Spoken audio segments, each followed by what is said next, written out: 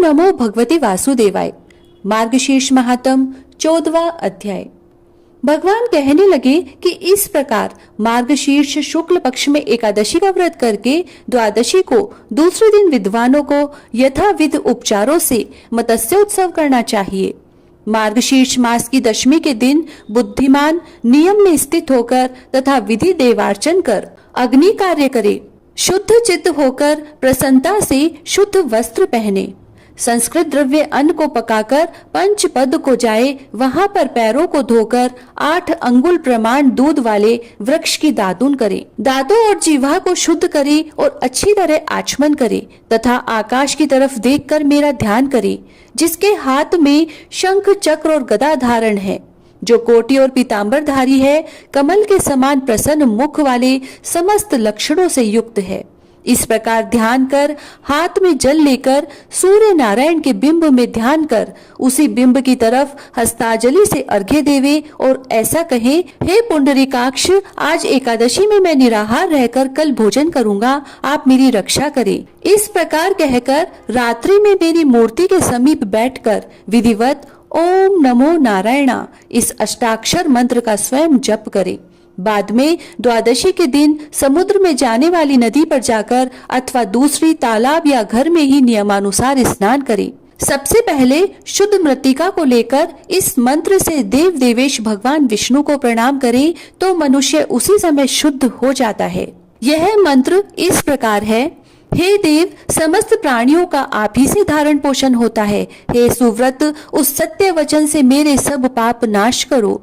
ब्रह्मांड में जितने भी तीर्थ हैं वे समस्त देवताओं के हाथों से स्पर्श किए गए हैं, अतः आपसे स्पर्श की गई इस प्रतीका को मैं उड़ाता हूँ। हे वरुण, आप रश में समस्त नित्य रूप से स्थित हैं, इसीलिए इस मृत्तिका को गीली करके पवित्र कीजिए, देर नहीं करें। इस प्रकार प्रार्थना करने के पश्चात मिट्टी को ग्रहण करें और उसके 3 पिंड बनाकर पृथ्वी पर रख दें। शेष मिट्टी को अपने शरीर पर लेपन करें और उस जल में जिसमें सदैव मगर और कश्यप रहते हैं अच्छी तरह स्नान कर आवश्यक कर्मों को करके मंदिर में जाएं।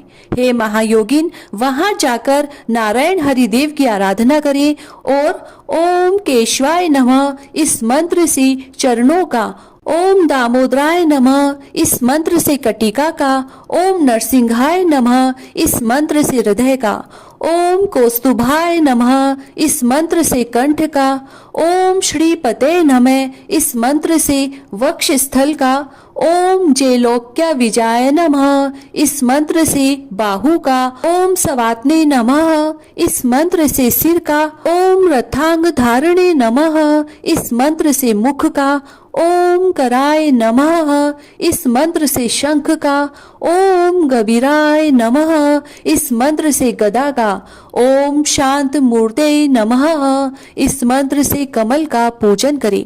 इस प्रकार भगवान नारायण का पूजन करके फिर भगवान के सामने 4 घर स्थापन करें, उन घटों को जल से भरकर फूल माला पहनाए, सफेद चंदन लगाए, आम्र पल्लव से युक्त कर श्वेत चंदन से आच्छादित करें तथा स्वर्ण सहित तिल से पूर्ण त्राम पात्रों को घटों के ऊपर रखें। चारों घटों को 4 समुद्र मानकर उन घटों के मध्य भाग में 6 वस्त्र सुंदर पीठ स्थापित करें।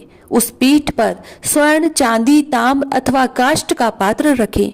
इन पात्रों के अभाव में पलाश पात्र स्थापित करें और उस पात्र में जल भरकर स्वर्ण के बने हुए मत्स्य रूप जनार्दन भगवान को स्थापित करें तथा देव देव मत्स्य भगवान पांवों से मुक्त करें और श्रुति वेद स्मृति से विभूषित करें।